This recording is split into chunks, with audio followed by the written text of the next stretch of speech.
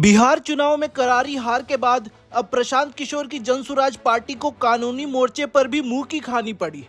पूरे बिहार चुनाव को रद्द करने की मांग लेकर सुप्रीम कोर्ट पहुंचे जनसुराज को चीफ जस्टिस ने ऐसी खरी खरी सुनाई है कि पार्टी को अपनी याचिका वापस लेनी पड़ी।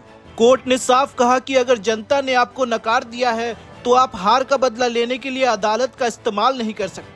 बिहार में चुनाव लड़ने वाली जनसुराज पार्टी जब सुप्रीम कोर्ट पहुंची तो उसे उम्मीद थी कि चुनाव रद्द हो जाएंगे, लेकिन चीफ जस्टिस सूर्यकांत और जस्टिस जॉय माल्या बागची की बेंच ने उनकी दलीलों की धज्जियां उड़ा दी। बेंच ने सख्त लहजे में सवाल किया, आपको कितनी सीटें मिली हैं, कितने वोट मिले? जब जनता ने आपको खारिज कर दिया है तो राहत के लिए अदालत का मंच इस्तेमाल करना सही नहीं है। कोर्ट ने साफ किया कि हार के बाद पूरे चुनाव को अवैध घोषित करने की मांग करना बेतुका है। जनसुराज की ओर से पेश वकील सीयू सिंह ने दलील दी कि चुनाव आचार संहिता के दौरान नीतीश सरकार ने मतदाताओं के खाते में पैसे ट्रांसफर कर उन्हें प्रभावित किया।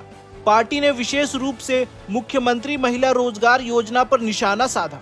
याचिका में दावा किया गया कि चुनाव से ठीक पहले 1,56,00,000 महिलाओं को 10-10 हजार रुपए बांटने और आगे 2 लाख रुपए देने का वादा किया गया, जिसने चुनावी निष्पक्षता को खत्म कर दिया।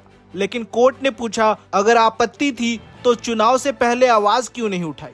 सुप्रीम कोर्ट के सख्त रुख को देखते हुए जनसुराज ने अपनी याचिका वापस ले ली। हालांकि अदालत ने एक खिड़की खुली रखी है और कहा कि ये मामला राज्य से जुड़ा है, इसलिए वे पटना हाईकोर्ट जा सकते हैं।